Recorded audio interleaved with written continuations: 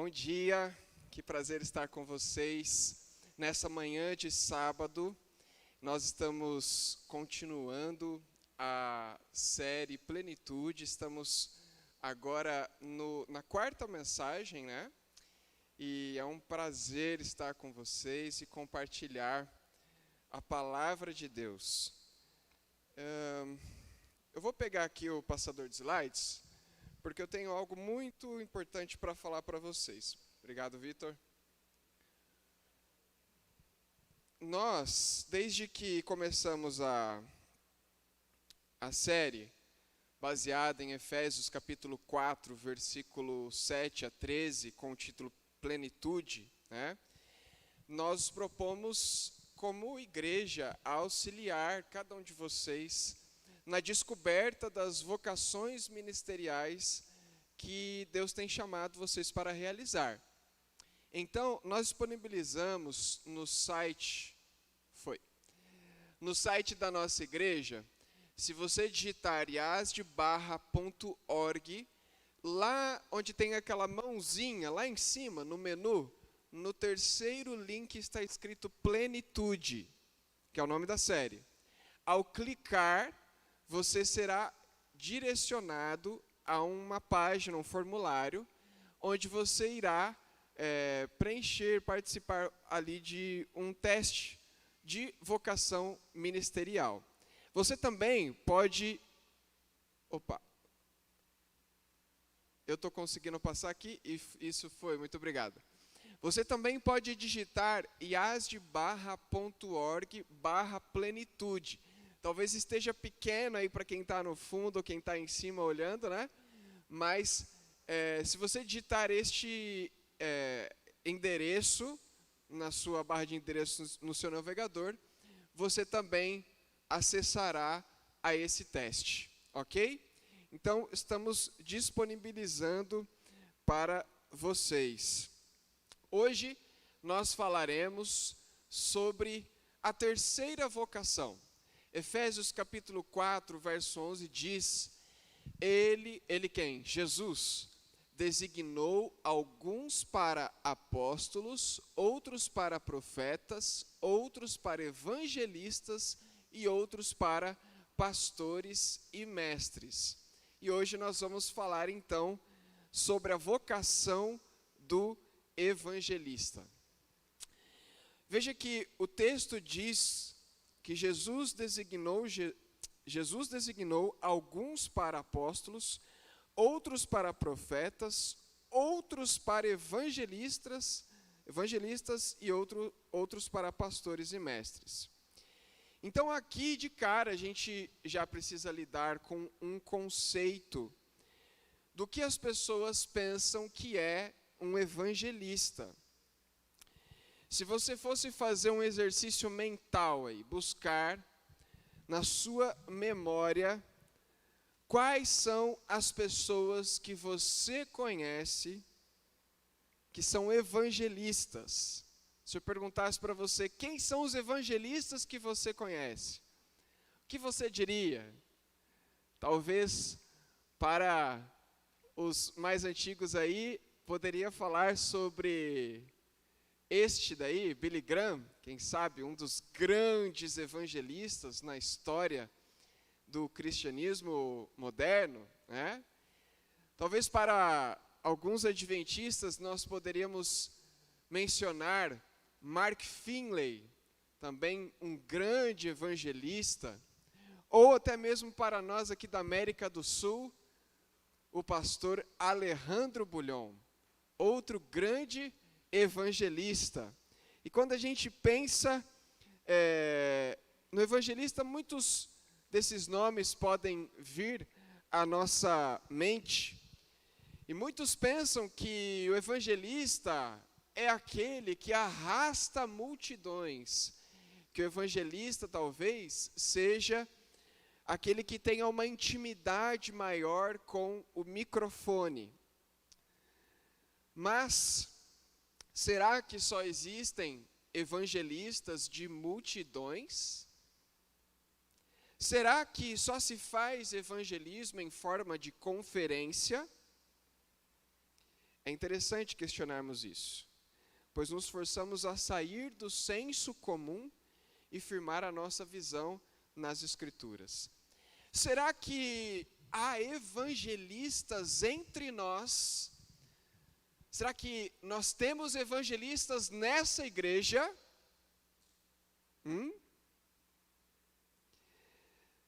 Será que você tem o dom do evangelismo? Ou será que você precisa do dom para ser evangelista? Ou será que você consegue ser um evangelista simplesmente conhecendo as técnicas de evangelismo? Todas essas perguntas giram em torno do assunto. E não compreendê-las pode trazer sérias consequências para a nossa igreja. Por exemplo, você consegue imaginar uma igreja sem evangelismo, uma igreja sem evangelistas, uma igreja sem o ímpeto de missão, sem o ímpeto de pensar nos de fora, de pensar nos desconhecidos, de pensar nas pessoas que nunca ouviram as boas novas do Evangelho, as boas novas de Jesus, aliás. Bom, uma igreja sem evangelistas, uma igreja sem evangelismo, certamente está fadada ao fracasso, né? Está fadada ao desaparecimento. A ausência dessa vocação em nossa igreja tiraria todo o sentido da igreja existir. Porque, afinal de contas, a igreja é um grupo de pessoas que se colocam à disposição de Jesus para serem discípulos de Jesus e viverem missão. Então, se a igreja não pensa nos de fora, se a igreja não vive para buscar e salvar o perdido, qual a razão da igreja existir? Então nós estamos falando de algo que se encontra no centro da missão da igreja, o Evangelho. A igreja precisa viver o Evangelho. A igreja foi chamada por Deus para ir ao mundo, para levar o Evangelho aos perdidos. E por isso é tão importante compreender essa vocação em nosso meio. Bom, diante de todas essas perguntas, eu gostaria de convidar você para nós fazermos uma oração. E iniciarmos, através da palavra, a nossa busca por respostas, para firmar o nosso entendimento do Evangelho e da vocação do evangelista. Senhor Deus, nós rogamos neste momento que o Espírito Santo fale ao nosso coração e que, através destes textos previamente selecionados por mim, Senhor, que nessa pesquisa, nessa busca por respostas, o Senhor me indicou. Eu rogo, e juntamente com toda a igreja que se une a mim em oração, para que Tu manifestes a Tua vontade em nosso meio, e que nós possamos compreender mais claramente a vocação do evangelista, e como nós, como igreja, podemos ser uma igreja evangelista. Em nome de Jesus oramos. Amém. Bom, em primeiro lugar, eu gostaria de responder à pergunta de o evangelista ser uma pessoa das multidões ou o homem do microfone, que está acostumado com palco e que está acostumado a falar para uma grande quantidade de pessoas. Se você abrir a sua Bíblia lá em Atos, no capítulo 21, versículo 8, Atos, capítulo 21, versículo 8, você vai ver que um homem é chamado de evangelista. Uma das poucas passagens que deixam claramente essa vocação em evidência, né? Atos 21, verso 8 diz o seguinte: no dia posterior, partimos, no caso Lucas, quem está escrevendo, Paulo e as outras pessoas que estavam ali, partimos e fomos para Cesareia. E entrando na casa de Filipe, e o que diz aí acerca de Filipe? O evangelista. Filipe, algumas versões, talvez como a NVT, vai apresentar, não sei como que está aí, pastor Alejandro. O evangelista mesmo? Ok, porque a NVT, volta e meia, ela troca a palavra evangelho pela palavra boas novas, né? Que é a tradução da palavra evangelho, que é uma palavra grega, que significa literalmente boas novas, boas notícias. E o texto diz que Filipe, o evangelista, que era um dos 7, recebeu Lucas e Paulo e as outras pessoas na casa dele. Quando a gente volta algumas páginas para no livro de Atos, no capítulo, no capítulo 8, no versículo 5, nós lemos algo sobre Filipe. E o texto diz assim, que Filipe, descendo a cidade de Samaria, isso depois que aconteceu a perseguição ali, no contexto da perseguição, anunciou-lhes a Cristo. As multidões atendiam, unânimes, às coisas que Filipe dizia, ouvindo-as e vendo os sinais que ele operava. Pois os espíritos imundos de muitos possessos saíam gritando em alta voz, e muitos paralíticos e coxos foram curados, e houve grande alegria naquela cidade. No versículo 12, quando porém deram crédito a Filipe, está falando de outro contexto, que os evangelizava a respeito do reino de Deus e do nome de Jesus Cristo, iam sendo batizadas, assim homens como mulheres. Então, de acordo com esse texto, nós vemos uma dimensão do ministério de Filipe. E o texto diz que Filipe falou a multidões, e que multidões creram. Assim a gente também tem Pedro, no dia do Pentecostes, falando a muitas pessoas sobre Jesus, contando a boa nova, boa notícia sobre a obra de Jesus. E muitos creram, mas olha só que coisa interessante. No capítulo 8 ainda, lá no versículo 26, um anjo do Senhor falou a Filipe dizendo, dispõe-te e vai para o lado sul, para o lado do sul, no caminho que desce de Jerusalém a Gaza. Este se acha deserto. Então Filipe se levantou e foi para lá.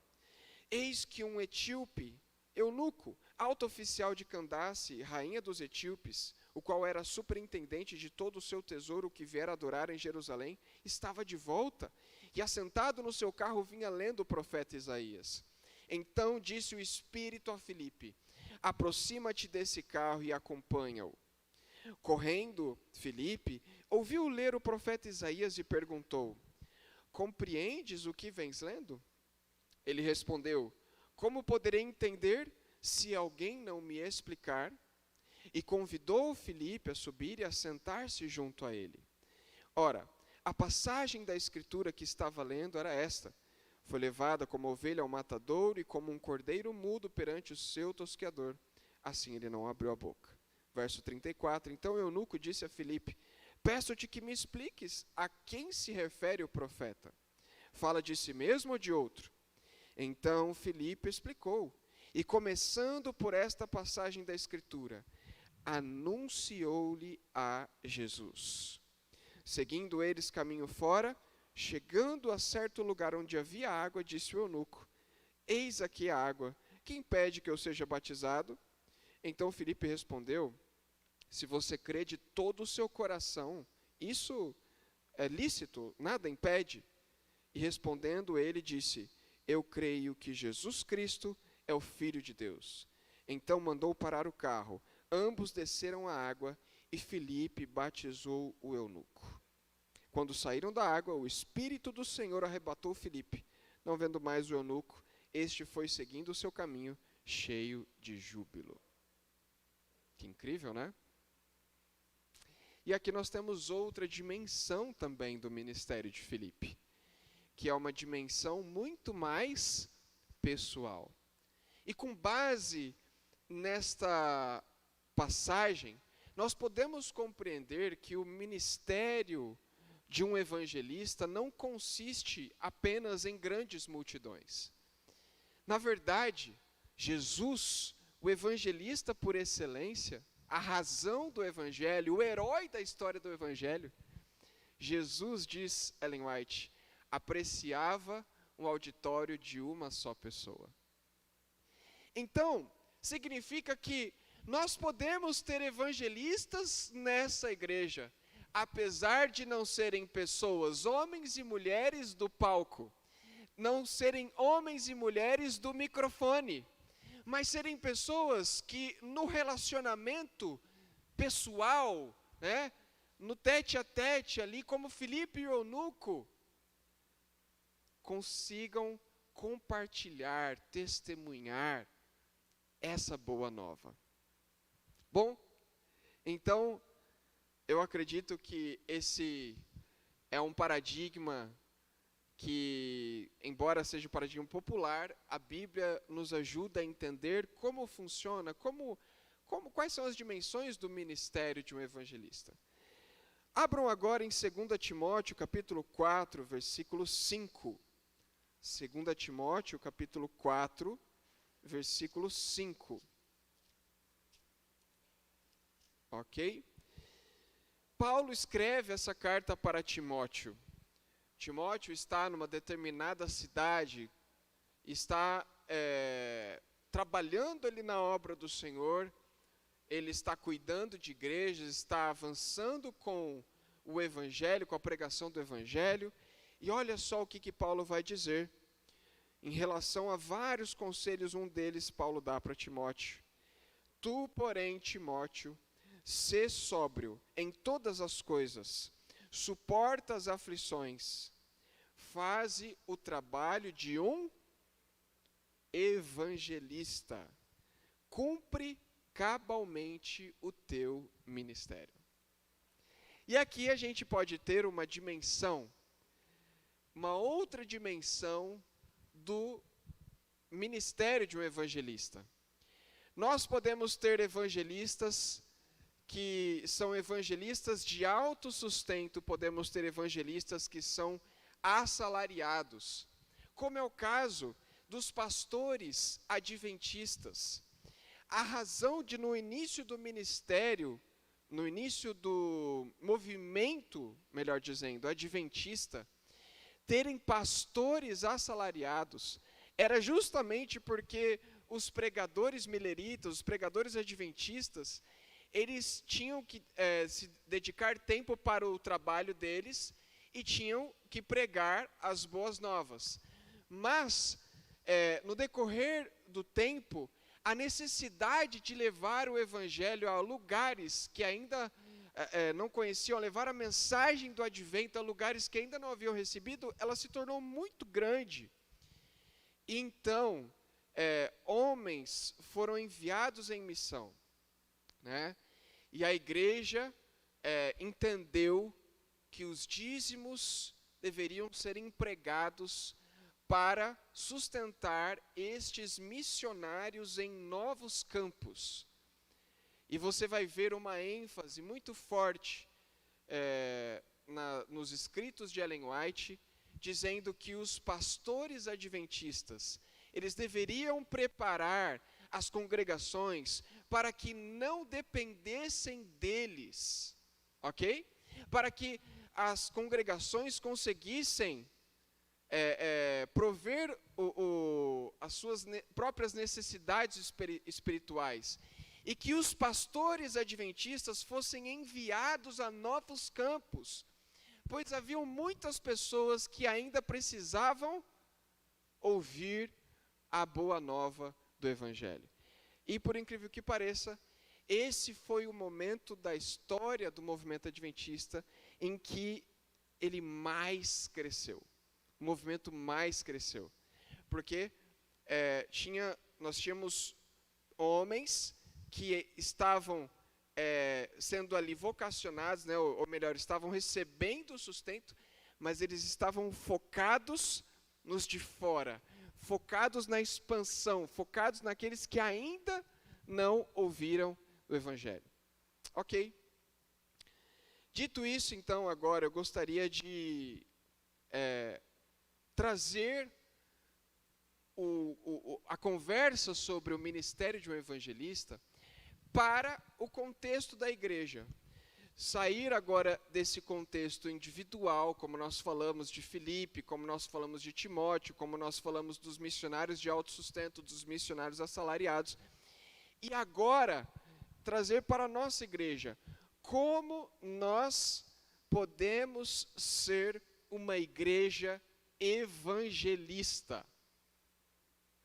E aqui eu gostaria então de destacar 4 características breves, sendo que 2 dessas características têm a ver com o que o Evangelho faz dentro de nós. E 2 características com o que o Evangelho faz fora de nós, ok? Então, a primeira marca de uma igreja evangelista, ela pode ser encontrada em João, no capítulo 3, no versículo 8 a 10. Não está tão evidente assim, mas a pergunta de Jesus a Nicodemos leva a gente a pensar sobre isso. A primeira marca de uma igreja evangelista é uma igreja que compreende o que é o Evangelho de verdade. Em João 3, nos versículos 8 a 10, nós temos parte de uma conversa de Jesus, onde Jesus está falando para Nicodemos: o vento sopra onde quer, ouves a sua voz, mas não sabes de onde vem, nem para onde vai. Assim é todo o que é nascido do Espírito. Então, Nicodemos perguntou: como isso pode acontecer? E Jesus lhe acudiu: tu és mestre em Israel e não compreende estas coisas? O que Jesus estava falando para Nicodemos? Ele estava falando sobre a obra que o Espírito Santo faz no coração humano, sobre a obra do novo nascimento. E Nicodemos era mestre em Israel. Nicodemos sabia muitas coisas das Escrituras, mas ele não tinha ainda compreendido o que é o Evangelho de verdade. Ele não tinha ainda compreendido essa transformação que o Evangelho faz, essa nova vida que a mensagem da Boa Nova traz para todo ser humano. E eu confesso para você que nós também corremos esse risco. Nós corremos o risco de pensar que o Evangelho tem a ver somente com a nossa religião e não com a nossa vida. Mas o Evangelho se relaciona com tudo. O Evangelho se relaciona com Deus, se relaciona com os outros, se relaciona com o seu trabalho. O Evangelho se relaciona com o seu trabalho, o Evangelho se relaciona com os seus estudos, com as suas compras, com o seu lazer, com os seus relacionamentos. Porque o Evangelho, na verdade, ele não é só algo pontual, algo que te traz perdão. A boa nova, a mensagem de Jesus, é que o Evangelho ele vai te ajudar a enxergar a vida de outros olhos, de outra perspectiva, a vida da perspectiva do Evangelho. Veja, o Evangelho é a notícia mais sublime de Deus para uma humanidade perdida. Apocalipse 14, verso 6 diz que o Evangelho é eterno. Hebreus capítulo 4, versículo 2 diz: porque também a nós foram anunciadas as boas novas, como se deu a eles, ou seja, as pessoas que viviam nos tempos antigos, no período do Antigo Testamento. O Evangelho é eterno. O Evangelho existe desde o Gênesis. E compreender o que significa o Evangelho, compreender o Evangelho de verdade, é você conseguir enxergar a santidade de Deus, a grandiosidade dessa santidade. É você conseguir enxergar o quanto Deus é santo e o quanto você é pecador e podre. E você conseguir enxergar o quanto Jesus é capaz de desfazer essa distância entre o seu pecado e a santidade de Deus. E você poder descansar na obra que Jesus faz em você e através de você. O Evangelho é uma das, na verdade, é a coisa mais sublime que nós podemos destacar. O Evangelho é morte, mas o Evangelho é vida. O Evangelho é o poder de Deus, como diz Romanos, capítulo 1, versículo 16. É o poder de Deus para a salvação de todo aquele que crê. O Evangelho é o poder de Deus para fazer com que o seu coração deixe de ser voltado para si. É o poder de Deus para eliminar de você o seu egoísmo. É o poder de Deus para te ajudar a ter uma vida altruísta, para sentir prazer, para se alegrar nas coisas de Deus. Essa é a boa nova. O Evangelho, ele trabalha aqui, na maneira como nós enxergamos as pessoas. O Evangelho nos ajuda a não mais vivermos nos comparando com os outros. O Evangelho nos ajuda a olhar para Jesus, a focar em Jesus. E nossa igreja precisa compreender o que é o Evangelho de verdade. Uma igreja evangelista também é uma igreja que experimenta o impacto do Evangelho em sua vida. É uma igreja que experimenta a transformação, porque o Evangelho não apenas te perdoou lá atrás, não apenas te declarou justo, mas essa boa nova é algo que continua operando em sua vida. Você continua sendo transformado ao olhar para Jesus. É impossível ser um evangelista se você não foi transformado pelo Evangelho. Como que você vai falar para uma pessoa de algo que nem você experimentou? Mas, através do poder de Deus, você consegue experimentar essa bênção em sua vida. Bom, isso é o que acontece dentro de mim, dentro de cada um de nós, quando realmente entendemos a profundidade e a riqueza do Evangelho. Nós naturalmente sentimos alegria, prazer e liberdade. Mas isso vem pelo que Jesus fez em nós. Agora, da mesma forma, a graça de Deus que opera dentro de nós vai nos levar para fora, de modo que isso transborde em amor e em serviço aos outros. A graça de Deus dentro de mim me ajuda a enxergar o meu pecado e a responder com arrependimento e fé e experimentar a alegria da transformação. A graça de Deus fora de mim me ajuda a enxergar oportunidades de amor e serviço, a morrer para mim e agir com fé, e ficar feliz por ver Deus agindo em mim. O Evangelho não é apenas uma resposta para os nossos pecados. O Evangelho também é a resposta de Deus para a nossa incapacidade de amar genuinamente as pessoas. O Evangelho é a resposta de Deus para nós procurarmos entender a nossa cultura e viver a missão. Porque o reino de Deus não é só para nós. O reino de Deus é universal.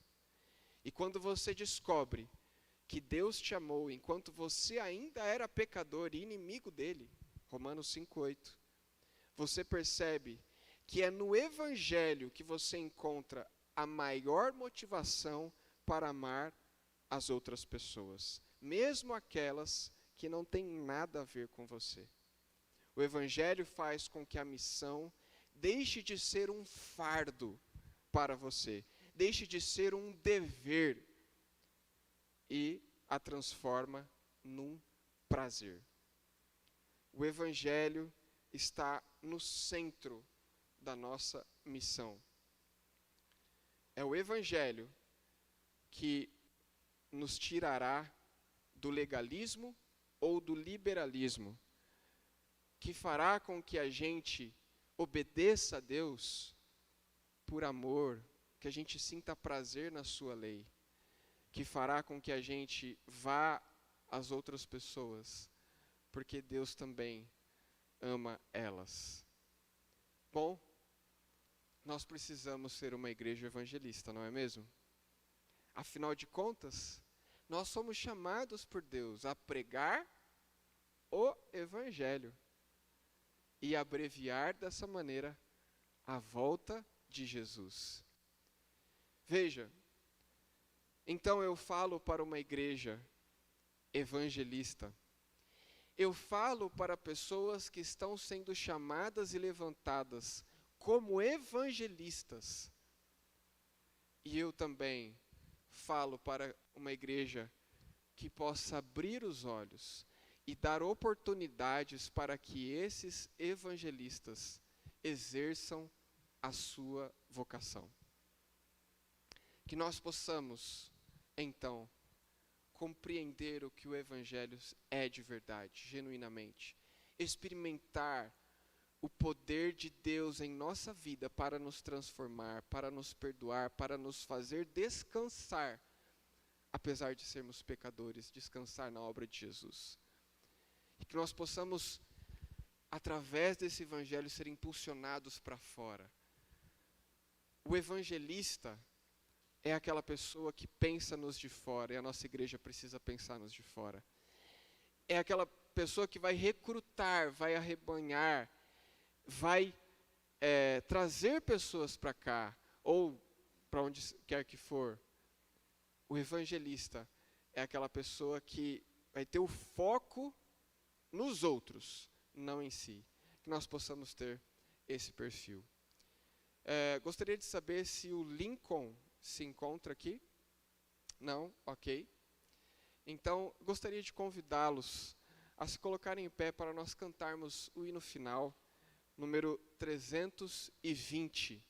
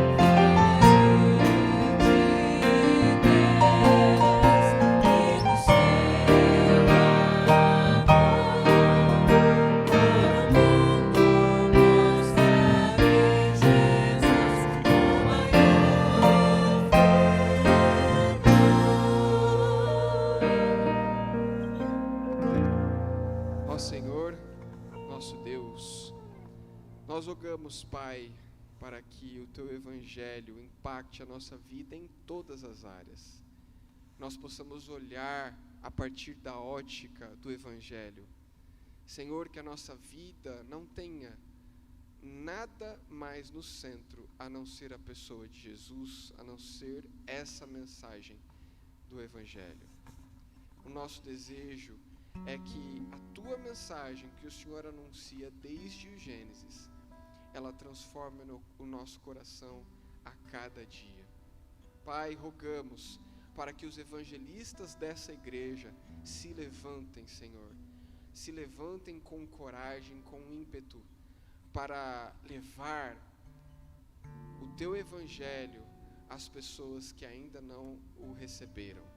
E que a nossa igreja seja contagiada, Senhor, através destes evangelistas, que a nossa igreja vibre, Senhor, com a expansão, com a pregação do Evangelho. Senhor Deus, que a nossa igreja não viva para si, mas que a nossa igreja viva para amar e servir as outras pessoas. Opere em nosso coração, para que nós sejamos mais e mais semelhantes a Cristo Jesus. Esse é o nosso desejo, é o que nós oramos, em nome dEle. Amém, Senhor.